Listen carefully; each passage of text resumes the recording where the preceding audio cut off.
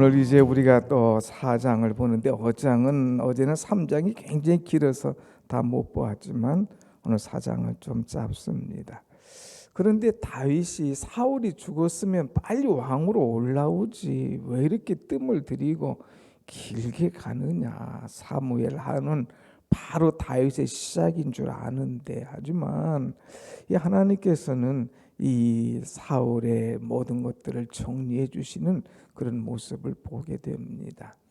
다윗이 자기가 이제 차례가 되었다고 막 목을 들고 탁 뛰쳐나오는 게 아니에요. 하나님의 때를 기다리는 그런 자세가 우리에게 중요한 것임을 보여주고 있죠. 내가 볼 때는 이때지만 아직은 하나님께서 아니야. 그래서 7년 반 동안 사울이 죽은 다음에 유다 한 지파의 왕인 거예요. 그리고 이스보셋을 중심으로 해서 이제 또 7년 반 동안 북이스라엘 11지파가 그들의 세력을 이루어가는 것을 보게 되지요. 자, 이렇게 오랜 세월 참 다윗은 기다리는 것, 이 하나님의 때를 기다리는 것. 그래서 하나님께서 완전하게 이제 이스라엘 통일 왕국을 넘겨주시는 것을 보게 됩니다. 여러분, 우리는 조급하지 말고 잠잠히 하나님의 때를 기도하면서 기다릴 때에 하나님께서 필요 없는 것들을 다 제거하시고 완전한 은혜 또 아름다운 작품을 하나님께서 우리에게 허락하실 줄로 믿습니다. 아멘. 그래서 이제 이 때를 기다리는데 또 이 다윗은 하나님의 때를 기다리면서 또 생명을 중요하게 여긴 것을 보게 됩니다. 어제 아브넬이 이제 죽었지 않습니까? 적장 아브넬이 죽었을 때에 다윗이 박수를 치지 않았어요. 요압이 자기의 장군 요압이 아브넬을 죽였지만 그러나 어제 보진 않았지만 뒤에 보면 31절 이하에 다윗이 아브넬의 이 시신을 잘 장례 치러준 것을 보게 됩니다. 왜냐? 이때에 아브넬을 중심으로 이스보셋이 왕이었지만 사실 실권은 아브넬이 장하겠다고 하지 않았습니까? 그 나라 11지파의 사람들의 마음을 흐트리지 않고 그들의 마음을 모아준 거예요. 야, 정말 저렇게 배신하고 쫓아갔는데 저 장군, 그러나 우리에게는 대단한 장군, 이 나라를 지켰던 사람인데 하면서 그들의 마음이 허물어지고 슬퍼할 때에 그를 잘 장례 치러주면서 이스라엘 사람들의 마음이 흐트러지지 않도록 오히려 그 마음이 다윗에게 향하도록 다윗이 장례를 잘 치러주는 또 지혜로운 그런 모습을 보게 되지요. 그래서 이 사람들이 야, 과연 다르네. 이 다윗이 유다 지파 사람들에게는 아주 힘이 있고 용기 있고 일근기가 절정이었지만 이 북이스라엘 사람들에게는 그렇지 않지 않습니까? 그런데 이 장례를 잘 치러주고 또 큰 마음을 보여줄 때에 그들의 마음이 하나둘 녹아지는 거예요. 역시 다윗인데, 역시 멋있는 지도자인데 우리가 언제 저분을 모실 수가 있을까 하는 그런 생각을 갖게 되지요.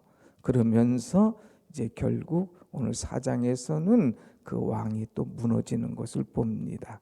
자, 4장 한번 보겠습니다. 1절 시작. 사울의 아들 이스보셋은 아브넬이 헤브론에서 죽었다함을 듣고 손에 맥이 풀렸고 온 이스라엘이 놀라니라 그랬어요.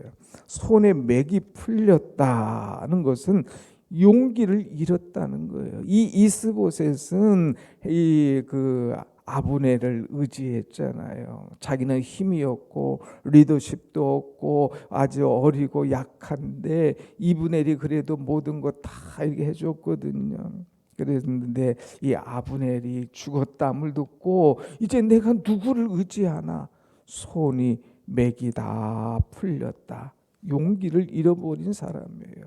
야, 그래도 이 사람이 뭐 조금 나를 배신하긴 했지만 그래도 이 나라를 참 잘해줬던 사람인데 내가 누구를 의지하나 하고 손에 맥이 풀려버리는 그런 일을 보게 되죠. 그런데 이것뿐만 아니라 이제 사울의 이 후세는 여기서 또 끝나게 됩니다. 뒷절에 가서 쭉 보면은 누가 나오냐? 5절 가서 보면 이제 부에롯 사람 림몬의 아들 레갑과 바나가 이 두 사람이 이 이스보셋에게 가게 됩니다. 그래서 7절에 보면 이스보셋이 있을 때에 그를 찔러 죽입니다. 그리고 심지어는 8절에 가서 보면 이제 다윗에게 이스보셋의 머리를 가져옵니다. 가져와서 이제 머리를 드려요. 자, 8절 한번 볼까요? 8절 말씀 한번 봅니다. 시작. 헤스론에 이르러 다윗 왕에게 이스보셋의 머리를 들이며 아뢰되 왕의 생명을 해하려던 원수 사울의 아들 이스보셋의 머리가 여기 있나이다. 여호와께서 오늘 우리 주 대신 왕의 원수를 사울과 그의 손에서 갚으셨나이다. 자, 여기 보면은 이 사람들, 이 배신하는 사람들, 이 사람들의 특징이 있어요. 그 아브넬도 왕을 배신했지만 여기 두 사람 레갑과 바나가 또 이번에는 이스보셋의 머리를 치지 않습니까? 배신한 걸 떠나서 이제는 죽이는 거예요. 죽여서 이 다윗 왕에게 가져오는 거죠. 그러면서 뭐라고 그럽니까? 여호와께서 하나님의 이름을 들먹거리는 거예요. 하나님께서 이런 기회를 주셨다. 그러면서 그냥 다윗이 하나님을 따르고 하나님 제일주의로 나가는 걸 아니까 하나님께서 하면서 막 그냥 이 모든 일이 하나님이 주관하는 것처럼 얘기하는. 그래서 우리는 때로 사람들이 와서 하나님의 이름을 들먹거린다고 해서 쏙 넘어가서는 안 됩니다. 영적 분별력을 바로 가지고 있어야 돼. 우리를 이용해 먹으려고 하는 사람은 막 하나님 이름을 대면서 흔드는 그런 사람이 있어요. 여기 보면 하나님께서 그 다음에 두 번째 오늘 우리 주 대신 왕의 원수를 사울과 그의 자손에서 갚으셨나이다. 우리 주 대신 왕, 다윗이 자기의 주라는 거예요. 지금 그동안 이스보셋을 섬겼던 이스보셋이 자기들의 주 왕인데 그의 머리를 가져와서 당신이 우리 주인이십니다 하면서 완전히 배반하는 그런 모습. 그 자기 왕을 배반하는 사람은 또 이쪽에서 언젠가는 배반할 사람이죠. 그 다음에 또 우리가 볼 것은 뭐야? 왕의 원수를 이제 사울과 그의 손에서 갚으셨나이다. 왕의 원수. 여러분, 사실 사울이 다윗을 쫓아서 사울이 원수 같은 그런 생각은 가졌지만 여기 그의 아들 이스보셋은 한 번도 그런 생각을 안 했어요. 또 이스보셋도 다윗을 원수라고 생각했던 그런 기록은 하나도 없습니다. 스스로 원수라고 표현하는 거예요. 그러니까 내가 왕의 원수의 목을 베어왔으니 나를 칭찬하고 나에게 어떤 자리를 하나 주십시오. 충성맹세하는 것 아닙니까? 배신하는 사람, 하나님의 이름을 들먹거리는 사람, 충성한다고 와서 엉뚱하게 얘기하는 사람, 이런 사람들을 우리는 조심하여야 된다고 하는 것입니다.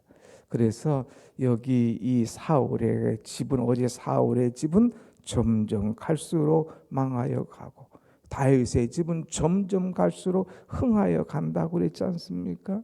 오늘 사울의 공동체는 점점 갈수록 무너지는 거예요. 그런데 다윗의 공동체는 점점 갈수록 뭉쳐지는 거예요.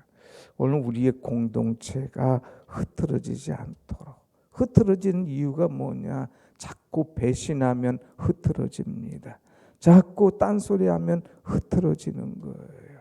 또 하나님의 영적 분별력을 잃어버리고 더 나아가서 왕의 원수다고 하면서 이렇게 잘못 사용하면 이 흐트러지는 것을 알고 우리 공동체는 오직 하나님 중심으로 나갈 수 있는 사람.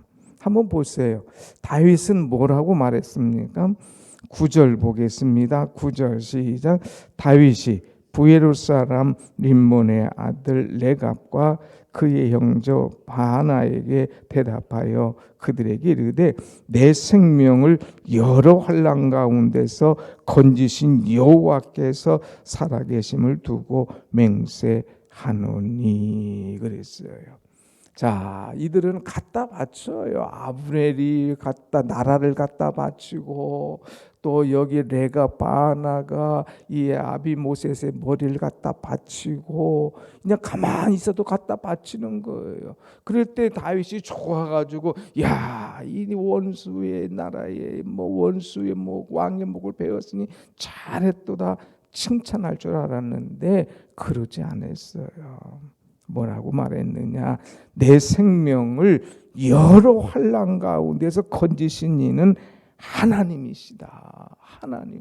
하나님께서 생명을 살리기도 하시고 죽이시기도 하는데 내가 감히 내가 모시던 왕의 목을 쳐가지고 와 이런 일이 있을 수 없어. 생명의 주인은 하나님이셔.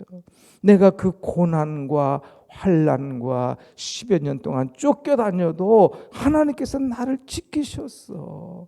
하나님께서 생명을 보호하셨어.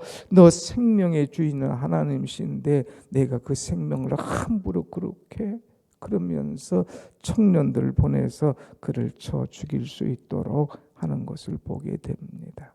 11절 보세요. 뭐라고 표현했습니까? 11절 하물며 누가 악인이 의인을 그의 집 침상에서 죽인 것이겠느냐.